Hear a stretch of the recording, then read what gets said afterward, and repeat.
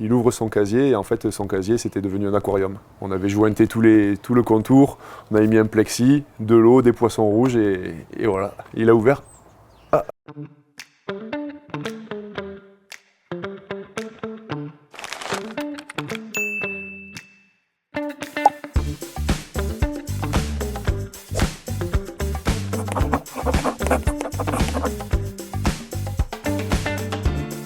Salut Jérôme, merci de répondre présent pour notre interview de la Moulinette. Ça fait un petit moment que tu es passé par le SUA. Pour les supporters qui t'ont un peu perdu de vue, qu'est-ce que tu deviens depuis que tu es de retour à Agen?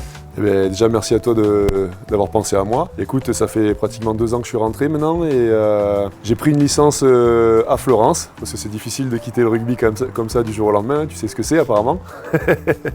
De fil en aiguille, j'ai trouvé un poste de chef d'équipe sur une société à Damazan qui recycle du plastique. Donc j'ai commencé là-bas en février, il y a 1 an. Quelques mois, ils m'ont fait basculer sur le poste d'assistant d'exploitation. Donc voilà, ça fait 1 an que je bosse, un peu plus d'1 an que je bosse là-bas et super content. Les attaches et la famille te manquaient un petit peu? On est quand même bien sur la Côte d'Azur, on était bien au soleil, mais la famille, les amis nous manquaient, notamment à madame. Donc du coup, c'était un choix familial de rentrer ici dans notre sud-ouest natal. Donc nous, on te manquait pas quoi. Un peu, non, mais en vrai, les copains, j'arrivais à les voir tout le temps, ils venaient, quand on rentre, on se voit, mais je vais pas te mentir que la vie est sympa là-bas quand même. Tu es originaire d'Agen, donc comme tu l'as dit, mais pour autant, le rugby, quand même, il est arrivé un peu sur le tard. Tu étais plus dans le motocross? C'est vrai, comme beaucoup d'enfants, quand t'es petit, tu touches à plusieurs sports. J'avais fait un peu de foot, un petit peu de rugby, mais très court parce que je voulais jouer 15. On m'a dit jamais tu joueras 15, donc j'avais arrêté. Et puis après, un peu de judo, enfin bref, et j'ai commencé la moto sur les coups de 8-9 ans. Et puis j'ai continué jusqu'à mes 15 ans, ouais, à faire des sauts et tout ça. T'étais quelqu'un d'aérien. Ouais, toujours.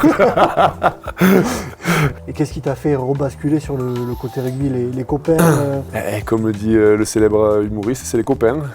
J'avais 2-3 copains qui jouaient au rugby. Je faisais les soirées avec eux, on se voyait tout le temps en dehors et puis un soir, un repas de fin d'année ou de mi-saison d'équipe, je rejoins ce bon vieux Armacora et Pérez qui étaient des figures emblématiques des cadets de l'époque. Je fais la soirée et il y avait Steph Rongière. Et là, Steph Rongière, il m'a vu arriver, un grand coton-tige comme ça, il s'est dit putain celui-là je vais le verrouiller. Donc il a fait le forcing, il faut que tu viennes et j'ai commencé par un entraînement et puis j'ai pris la licence pour la fin de saison et puis après tout s'est enchaîné super vite donc vraiment comme ça quoi. Bah, nickel, après tu as fait de toute façon toutes les catégories de jeunes, ouais, c'est ça. Équipe de France, tout ça.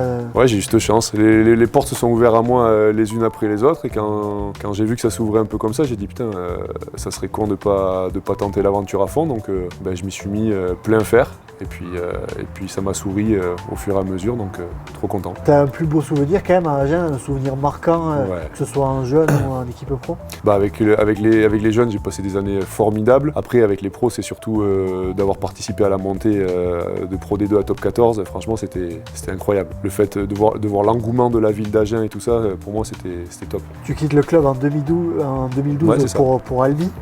Qu'est-ce qui t'a motivé dans ce départ? J'ai pas été motivé moi-même en fait.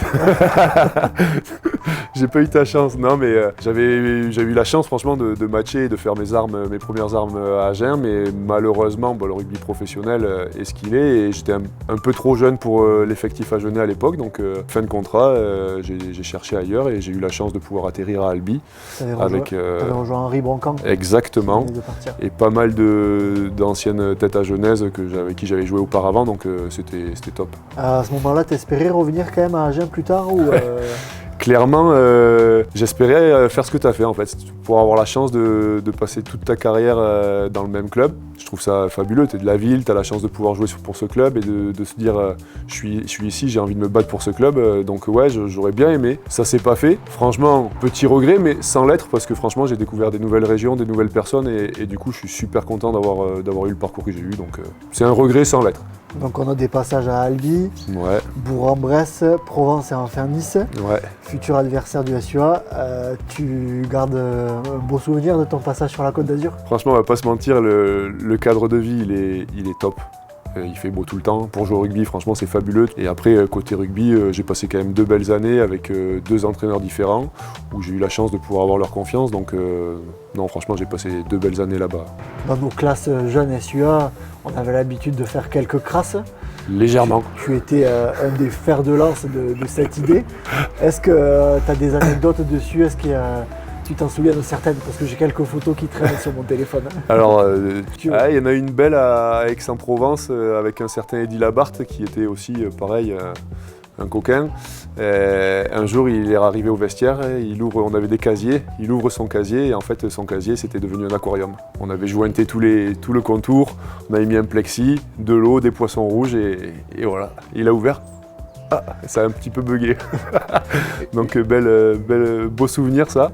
Et après un peu plus récent, ça franchement je comprends pas pourquoi, mais je suis interdit de mayonnaise à Florence. Il faudra m'expliquer. Ça... Je vois pas de quoi tu parles. Bah ouais, moi non plus. Après, il y a des mecs qui viennent en claquette aussi. Ouais, claquette, maillot, c'est pas compatible. Bon, nickel, mais merci Jérôme d'avoir répondu à toutes ces questions. Et nous, on se dit à très bientôt dans un prochain épisode de La Moulinette. À bientôt.